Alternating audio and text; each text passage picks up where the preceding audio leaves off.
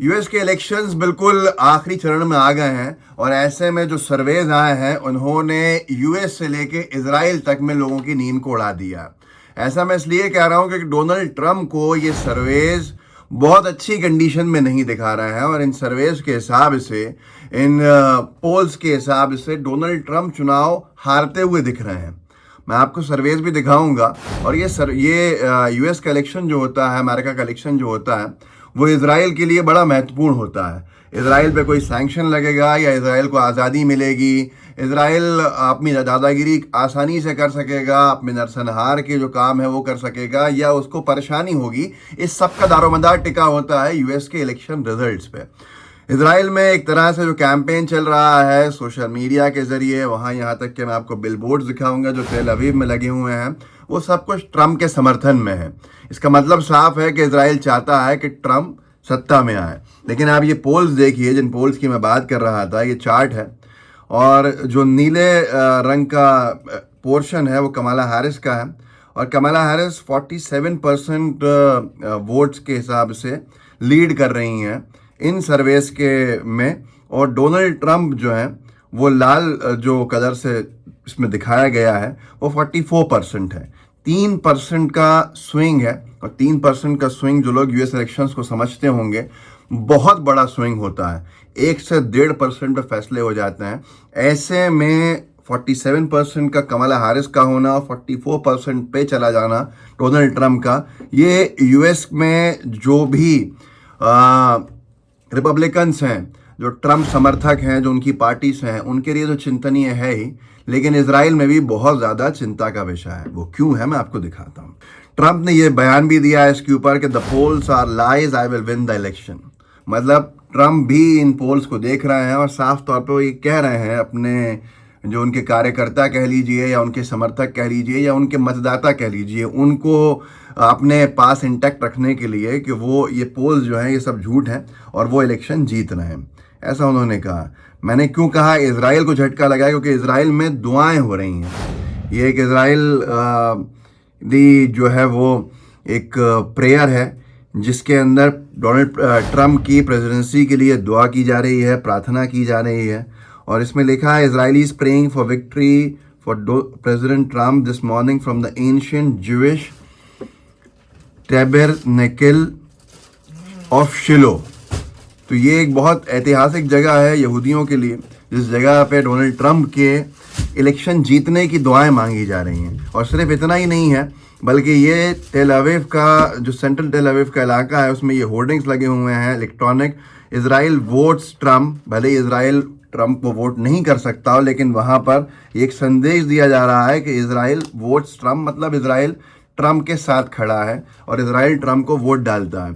ये पूरा का पूरा कैंपेन इजराइल में चल रहा है। तो आप सोच सकते हैं कि ये कितना गंभीर और कितना महत्वपूर्ण है इजराइल के लिए डोनाल्ड ट्रंप की प्रेसिडेंसी। कितनी उम्मीदें करे हुए हैं। वैसे तो जो लोग यूएस इलेक्शंस देखते हों या समझते हों, एक रिपब्लिकन्स हैं, एक डेमोक्रेट्स हैं, और ये कहा जाता है कि डेमोक्रेट्स हमेशा से लेफ्ट लॉबी है और वो इजराइल को रोकने का काम करती है, ना कि आज़ादी देने का। लेकिन जो बाइडेन उसी से आए, और डेमोक्रेट्स की सरकार में क्या हाल हुआ वो भी हमने देखा है। तो शायद व्यक्ति विशेष की विचारधारा बहुत ज़्यादा भारी होती है। ये अलग बात है कि पार्टी की लाइन क्या हो।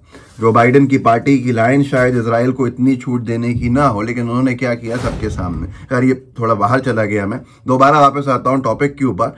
इजरायली मीडिया ये वीडियोज़ भी फैला रहा है कि ईवीएम्स जो हैं, जो इलेक्ट्रॉनिक वोटिंग मशीन्स हैं यूएस की, वो टेम्पर्ड हैं और कमला हैरिस को ही वोट जल रहा है, भले ही आप डोनाल्ड ट्रंप को वोट डालें। एक वीडियो बहुत ज़्यादा वायरल किया जा रहा है और ये कहा जा रहा है जानकारों के हिसाब से कि ये सब कुछ इजराइल के ही लोग कर रहे हैं, ऐसे वीडियोस बना के।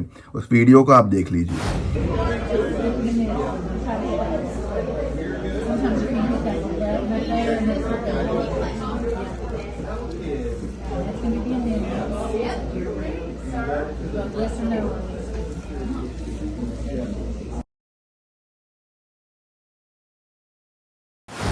तो इसमें ये जानबूझ के दिखाया जा रहा है कि बटन दबाओ ट्रंप का और वोट डल रहा है कमला हैरिस को। मतलब जो बीजेपी के साथ इंडिया में होता है वैसा वहाँ पर भी हो रहा है। ईवीएम पे सवाल तो खड़े हो ही ना, ये तो एक बात है कि यूएस में भी ईवीएम को लेकर सवाल खड़े हैं, लेकिन अगर हम करेंगे तो गोदी मीडिया कहेगा कि ये किस तरह का रोना रोता है। इज़राइल में बहुत कुछ अब चीज़ें हैं जो आप सुनते जाइए। इज़राइल में जो विपक्ष है वो बहुत हमलावर हो चुका है नेतन्याहू पे, और सबसे बड़े नेता नेतन्याहू के बाद याइर लैपिड, उन्होंने साफ तौर के ऊपर कहा है कि नेतन्याहू का कैबिनेट झूठ बोल रहा है बहुत से पहलुओं पे, ख़ास तौर पे सही हालत जो है वो इकोनॉमी की, आर्थिक हालत पे देश की, और सुरक्षा पे और युद्ध पे। अगर उनको ज़रूरत पड़ रही है डॉक्यूमेंट्स को झूठा बनाने की, सिर्फ और सिर्फ झूठे जो स्टोरीज़ हैं, कहानियाँ फैलाने में, तो वो ये भी करेंगे। इस तरह के आरोप भी लग रहे हैं। बहुत सारी चीज़ें हैं जिसको लेकर बहुत कुछ है। एक यूएस इजरायली पत्रकार है, उसने अपने चैनल पर लिखा है कि Mike and I are in bomb shelter, critical लिखा है, hostile aircraft intrusion, enter the protected space immediately and stay in it for 10 minutes unless another alert is received in your area। मतलब वो सब कुछ जो है वो शेल्टर में छुपे हुए हैं, और ये सब कुछ लिखा जा रहा है। अमेरिकन एयरलाइंस ने बड़ा झटका दिया है। अमेरिकन एयरलाइंस ने जो भी इजराइल को उसकी फ़्लाइट जाती हैं वो 2025 के समर तक बंद कर दी हैं। वो कोई फ़्लाइट्स ऑपरेट करने को तैयार नहीं है। तो ये बहुत सी चीज़ें हैं जिसको लेकर परेशान हैं इजराइल में, लेकिन मीडिया नहीं दिखाएगा, क्योंकि अगर मीडिया दिखा देगा तो फिर शायद वो सारा का सारा झूठ जो है वो बेनकाब हो जाएगा। हिजबुल्लाह को लेके लिखा है कि they targeted the Eliakim base, a facility for training camps of the Israeli army's northern command south of occupied Haifa. जो हाइफा का इलाका फ़िलिस्तीन का ऑक्यूपाई किया है इजराइल ने, उसके सदर्न पार्ट में नॉर्दर्न कमांड का इजरायली आर्मी का बेस कैंप है जिसमें ट्रेनिंग दी जाती है।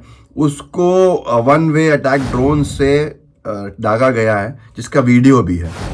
פגע בבסיס אליקים, הכטב"ם נפל בבסיס אליקים। तो ये तमाम चीज़ें हैं जो इजराइल के लिए चिंता का विषय बनी हैं। ट्रम्प का पीछे जाना इजराइल को शायद बहुत सारी चीज़ें, और कमला हैरिस का आगे लीड करना बहुत सारे फ्रंट्स पे आगाह कर रहा है। इस वीडियो को आगे बढ़ाइएगा, लोगों को जागरूक ज़रूर कीजिएगा। जय हिंद, जय भारत। द लाइव टीवी, सच सबसे आगे।